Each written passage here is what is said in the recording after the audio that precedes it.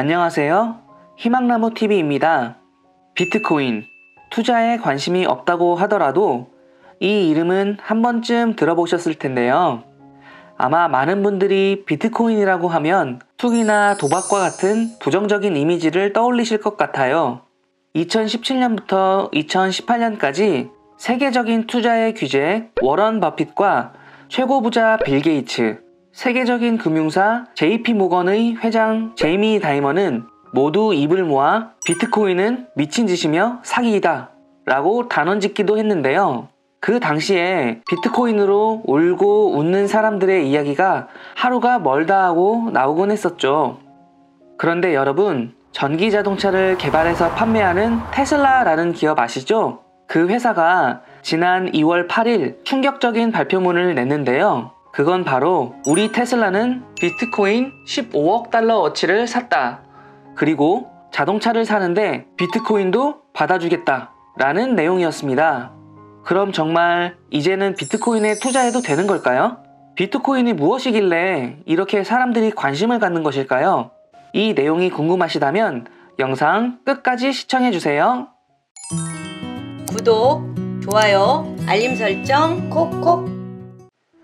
지금 이 영상을 보고 계신 구독자님들은 대부분 은행 계좌 하나씩은 가지고 계시죠?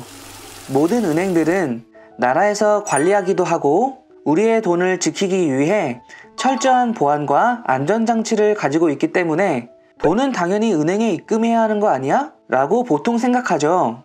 그런데 만약 기술이 뛰어난 해커가 은행의 정보를 삭제하여 내가 수십 년간 모아온 적금의 정보가 사라진다면, 혹은 은행 또는 국가가 파산해서 내 통장의 잔고가 순식간에 영원이 되어버린다면 어떻게 할까요? 정말 상상하기도 싫고 있어서도 안 되는 일이겠지만, 이런 상황은 모든 현금 거래에는 은행이라는 제3자에 의존하여 진행되기 때문에 전혀 가능성이 없는 이야기는 아니에요. 하지만 국가가 관리해준다는 믿음 아래 우리는 지금까지 너무나도 당연하게 은행 거래를 하고 있고, 은행 없이는 금융 거래를 할 수가 없는 상황이죠.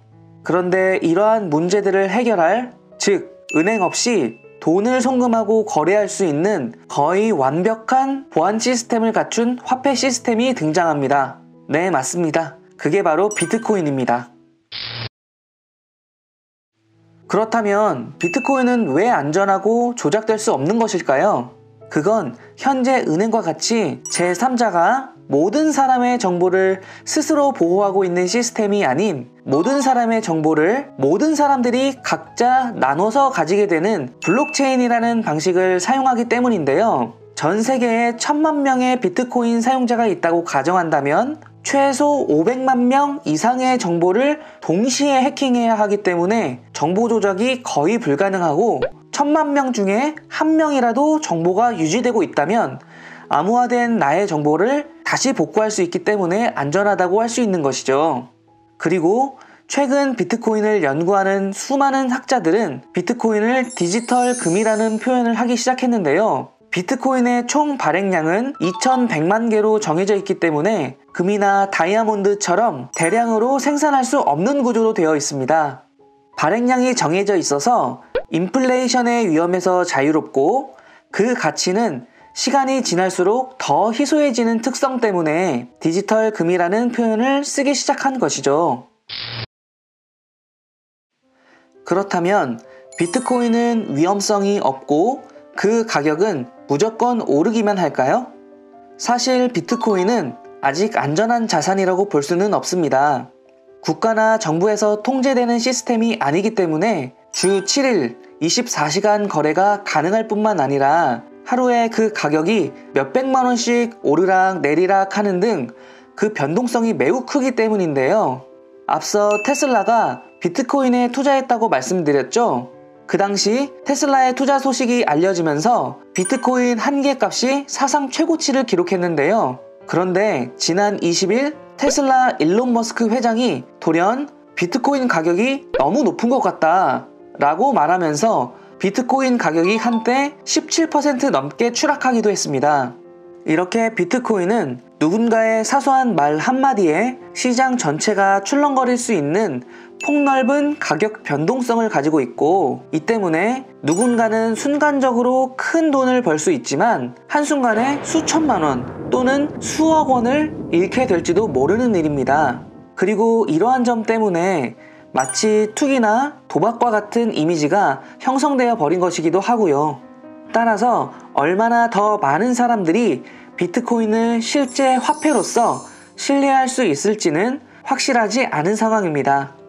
뿐만 아니라 비트코인은 당사자끼리 직접 거래할 경우에는 해킹될 가능성이 매우 적은 것은 사실이지만 대부분 비트코인 거래소를 통해 구매하게 되는데요. 이 비트코인 거래소가 해킹을 당하거나 파산을 한다면 큰 손실을 입을 수 있고, 아직 법적으로 비트코인 관련 규제가 없기 때문에 이에 대한 피해 보상을 제대로 받을 수 없는 것이죠. 그렇기 때문에 아직까지 전문가들은 비트코인 투자 결정에 있어 신중한 판단이 요구된다라고 입을 모아 말하고 있습니다.